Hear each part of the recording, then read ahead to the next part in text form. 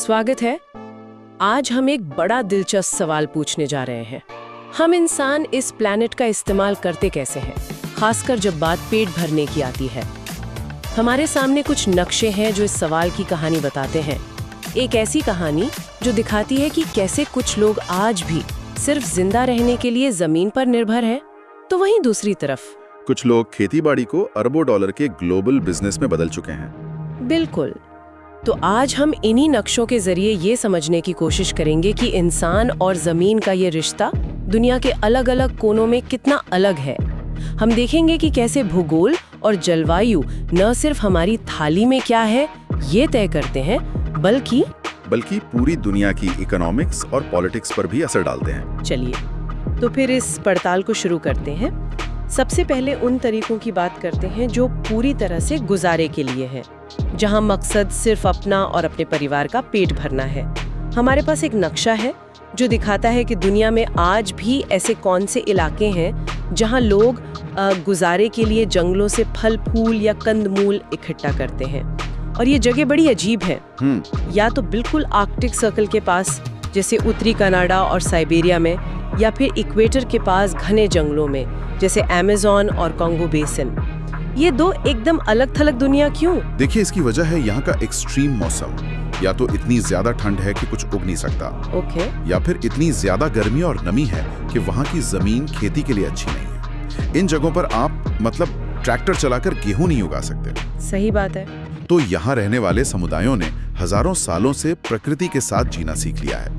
वो वही खाते हैं जो जंगल उन्हें देता है। ये सर्वाइवल का सबसे पुराना और सबसे सीधा तरीका है। ये तो समझ में आता है, लेकिन क्या ये सिर्फ एक मजबूरी है या इसमें कोई सांस्कृतिक पहलू भी है? मतलब क्या ये समुदाय आधुनिक खेती अपनाना ही नहीं चाहते, या उनके पास इसका कोई विकल्प ही नहीं है? ये बहुत अच्छा सवाल है। असल में ये दोनों का मिला जुला रूप है। एक तरफ तो भौगोलिक मजबूरी है ही, लेकिन दूसरी तरफ ये उनकी संस्कृति और पहचान का हिस्सा बन चुका है। उनकी पूरी जीवन शैली, उनके रीति रिवाज, सब कुछ जंगल और मौसम के चक्र से जुड़े हुए हैं। तो बाहर से देखने पर यह पिछड़ापन लग सकता है, लेकिन उनके नजरिए से ये प्रकृति के साथ एक संतुलन है जिसे वो तोड़ना नहीं चाहते। ठीक है, तो एक तरफ तो ये लोग हैं जो पर्यावरण के हिसाब से एक ही जगह पर रह रहे हैं, लेकिन क्या होता है जब जमीन इतनी सूखी हो कि एक जगह टिकना ही नामुमकिन हो? यहीं से खाना बदोश चरवाहों यानी नोमैडिक हर्डिंग की कहानी शुरू होती है, जो हमारे अगले नक्शे में दिखती है। ये तो एक बहुत बड़ी बेल्ट है जो उत्तरी अफ्रीका के सहारा से लेकर मिडिल ईस्ट और सेंट्रल एशिया तक फैली हुई है। बिल्कुल, ये तरीका उन सूखे और अर्ध सूखे इलाकों के लिए है जहाँ पानी और घास की हमेशा कमी रहती है। यहाँ एक जगह रुककर खेती करना संभव ही नहीं है, क्योंकि बारिश कब होगी, कहाँ होगी, कोई नहीं जानता। अच्छा। इसलिए समुदाय जैसे अफ्रीका के मसाई या अरब के बिदुइन अपने जानवरों, भेड़, बकरी, ऊंट के झुंड लेकर पानी और चारागाह की तलाश में घूमते रहते हैं। ये जमीन पर बोझ डाले बिना उसका इस्तेमाल करने का एक सदियों पुराना तरीका है। ये सुनने में तो छोटे छोटे ग्रुप्स लगते हैं, लेकिन नक्शे पे ये बेल्ट तो हजारों किलोमीटर लंबी दिख रही है।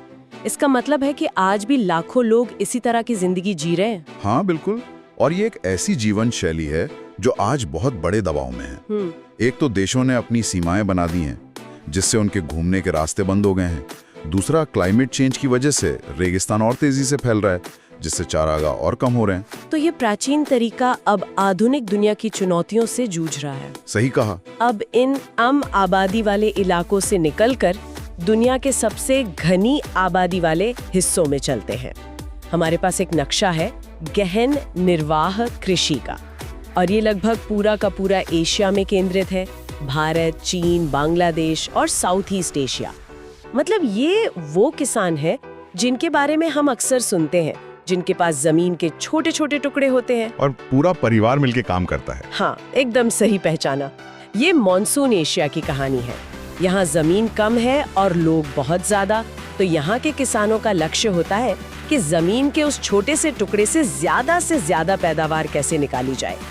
इसके लिए वो साल में 2-2, 3-3 फसलें उगाते हैं। यहाँ मशीनों का रोल कम और इंसानी मेहनत का रोल बहुत ज्यादा होता है। अच्छा, नक्शे में भी दिख रहा है कि कुछ इलाके अलग रंग में हैं। हाँ, वो इसीलिए कि जिन इलाकों में पानी ज्यादा है, जैसे नदी घाटियाँ और तटीय क्षेत्र, वहाँ मुख्य फसल चावल है, और जहाँ पानी कम है वहाँ गेहूं, दालें और सोयाबीन उगाई जाती है। तो एक तरह से ये बहुत मेहनत वाला काम है, पर क्या ये असरदार है? ये इस पर निर्भर करता है कि आप असरदार किसे कहती हैं। अगर आप प्रति व्यक्ति उत्पादन देखें तो ये कम है, लेकिन अगर आप प्रति एकड़ उत्पादन देखें तो ये दुनिया के सबसे प्रोडक्टिव फार्मिंग सिस्टम्स में से एक है। अच्छा, ये किसान जमीन के हर इंच का इस्तेमाल करना जानते हैं। इसी सिस्टम ने सदियों से एशिया की इतनी बड़ी आबादी का पेट भरा है। तो अभी तक हमने बात की पेट भरने की, सर्वाइवल की, लेकिन अब कहानी पूरी तरह बदल जाती है ना? बिल्कुल। अब हम बात करेंगे पैसा कमाने की, यानी फार्मिंग एज अ बिजनेस। हमारे पास एक नक्शा है कमर्शियल लाइवस्टॉक रॉन्चिंग का। ये ज्यादातर अमेरिका, अर्जेंटीना, ऑस्ट्रेलिया और दक्षिण अफ्रीका जैसे देशों में दिख रहा है। हाँ, ये वो देश हैं जहाँ जमीन बहुत है। और ये खानाबदोश चरवाहों वाले सिस्टम से बिल्कुल उल्टा है। हाँ, बिल्कुल उल्टा। यहाँ जानवरों के झुंड चारे की तलाश में घूमते नहीं हैं। यहाँ हजारों एकड़ के बड़े बड़े स्थायी फार्म होते हैं जिन्हें रैंच कहते हैं, और जानवरों को एक ही जगह पर वैज्ञानिक तरीके से पाला जाता है। उनकी नस्ल सुधारने, बीमारियों की रोकथाम और उनके खाने पीने पर खास ध्यान दिया जाता है। ये तो एक तरह से जानवरों की फैक्ट्री जैसा हो गया, है ना? हाँ। नोवेडिक हर्डिंग में जानवर और इंसान साथ साथ प्रकृति के हिसाब से जी रहे थे। यहाँ पर जानवर एक प्रोडक्ट है जिनका मकसद ग्लोबल मार्केट में मांस, ऊन या चमड़ा बेचना है। आपने बिल्कुल सही शब्द इस्तेमाल किया, प्रोडक्ट। ये एक बहुत ही संगठित और पूंजी प्रधान यानी कैपिटल इंटेंसिव इंडस्ट्री है। यहाँ से निकलने वाला बीफ अर्जेंटीना से पूरी दुनिया में एक्सपोर्ट होता है। ऑस्ट्रेलिया की ऊन दुनिया भर में मशहूर है। ये पूरी तरह से अंतर्राष्ट्रीय व्यापार के लिए किया जाता है। बिल्कुल। इसी से जुड़ा हमारा अगला नक्शा है विस्तृत वाणिज्य अनाज कृषि का। ये इलाके भी कुछ वैसे ही देशों में है। उत्तरी अमेरिका के प्रेरीज, अर्जेंटीना के पंपास और यूरेशिया के स्टेपीज। इन्हें दुनिया की रोटी की टोकरी यानी वर्ल्ड्स ब्रेड बास्केट भी कहा जाता है। और ऐसा कहने की एक बहुत बड़ी वजह है। इन इलाकों की खासियत यह है कि यहाँ खेत सैकड़ों हजारों हेक्टेयर में फैले होते हैं और जनसंख्या बहुत कम होती है। तो मतलब सारा काम मशीनों से? हाँ, जुताई से लेकर कटाई तक सब कुछ बड़ी बड़ी मशीनों से होता है। यहाँ मुख्य रूप से गेहूं, मक्का और सोयाबीन जैसी फसलें उगाई जाती हैं जिनकी वैश्विक मांग है और जिन्हें स्टोर करना और ट्रांसपोर्ट करना आसान है। इसका मतलब किसी एक देश का मौसम दुनिया भर में खाने के दाम ऊपर नीचे कर सकता है। That's a huge responsibility. बिल्कुल, और इसका एक दिलचस्प भू राजनीतिक मतलब जियोपॉलिटिकल नतीजा भी है। ये देश ग्लोबल फूड सिक्योरिटी में एक बहुत बड़ा रोल प्ले करते हैं। जब अमेरिका या यूक्रेन जैसे देशों में सूखा पड़ता है या कोई और समस्या होती है तो उसका असर सिर्फ उन देशों पर नहीं बल्कि उन दर्जनों गरीब देशों पर पड़ता है जो अपने लोगों का पेट भरने के लिए इनके अनाज पर निर्भर हैं।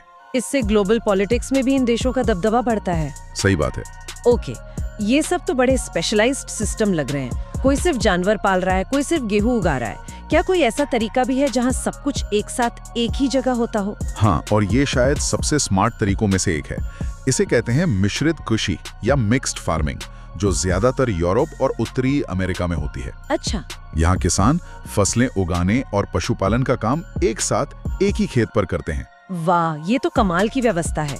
मतलब जानवर और फसलें एक दूसरे की मदद कर रहे हैं। ये तो आज के सर्कुलर इकोनॉमी के कॉन्सेप्ट जैसा ही लगता है जो सदियों से चला आ रहा है। एकदम, ये एक बहुत ही कुशल और टिकाऊ प्रणाली है।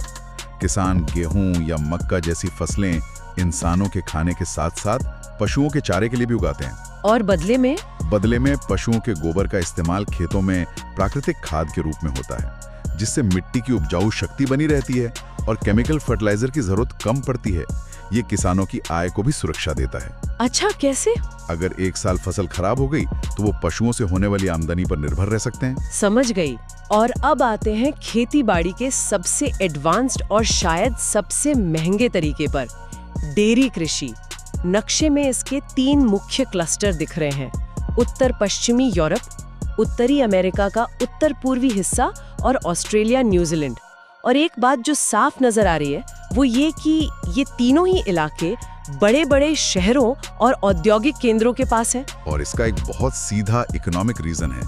दूध और उससे बने उत्पाद जैसे मक्खन, पनीर, ये सब जल्दी खराब हो जाते हैं। हाँ। इसे अर्थशास्त्र में वॉन्थ्यूनियन मॉडल का एक टेक्स्ट बुक एग्जाम्पल माना जाता है।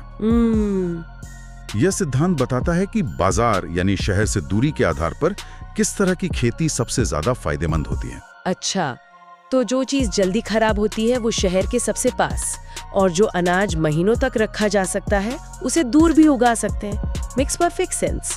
एग्जैक्टली। इसीलिए डेयरी फार्म हमेशा बड़े शहरों के पास होते हैं ताकि उत्पादों को बाजार तक जल्दी और ताज़ा पहुंचाया जा सके।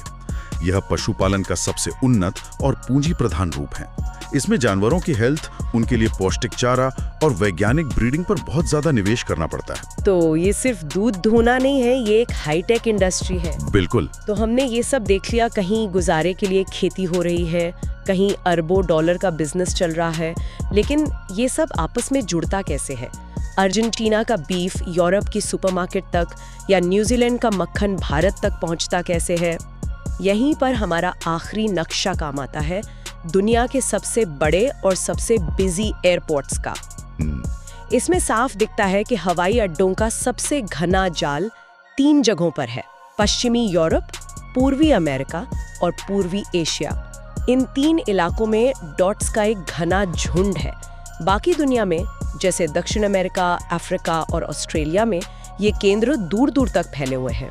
ये नक्शा सिर्फ एयरपोर्ट्स का नहीं है, तो ये असल में दुनिया के आर्थिक शक्ति केंद्रों, मतलब इकोनॉमिक पावर सेंटर्स का नक्शा है। जहां पैसा, उद्योग और जनसंख्या सबसे ज्यादा केंद्रित है, वहीं हवाई यातायात भी सबसे ज्यादा है। अच्छा, ये एयरपोर्ट्स ग्लोबल इकोनॉमी के धमनियों की तरह हैं। जो कमर्शियल फार्मिंग, रेंचिंग और डेयरी फार्मिंग हमने देखी, उनसे पैदा होने वाले हाई वैल्यू उत्पाद जैसे ताजे फल, फूल या महंगा मांस, इन्हीं नेटवर्कों के जरिए दुनिया भर के बाजारों तक तेजी से पहुंचते हैं। मैंने खुद दुबई एयरपोर्ट पे देखा है, एक तरफ केन्या से आई हरी बीन्स के बक्से उतर रहे होते हैं और दूसरी तरफ हॉलैंड से आए फूल।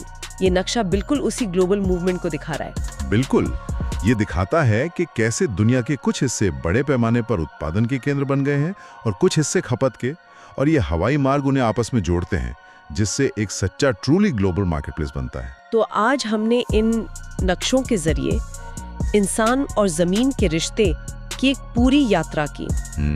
कठोर मौसम में सिर्फ गुजारे के लिए चीजें इकट्ठा करने से लेकर पूरी दुनिया के बाजारों के लिए मशीनों से खेती करने तक। और हमने ये भी देखा कि कैसे एयरपोर्ट्स का ये जाल इन सभी गतिविधियों को आपस में जोड़ता है, जिससे हमारी दुनिया पहले से कहीं ज्यादा कनेक्टेड हो गई है।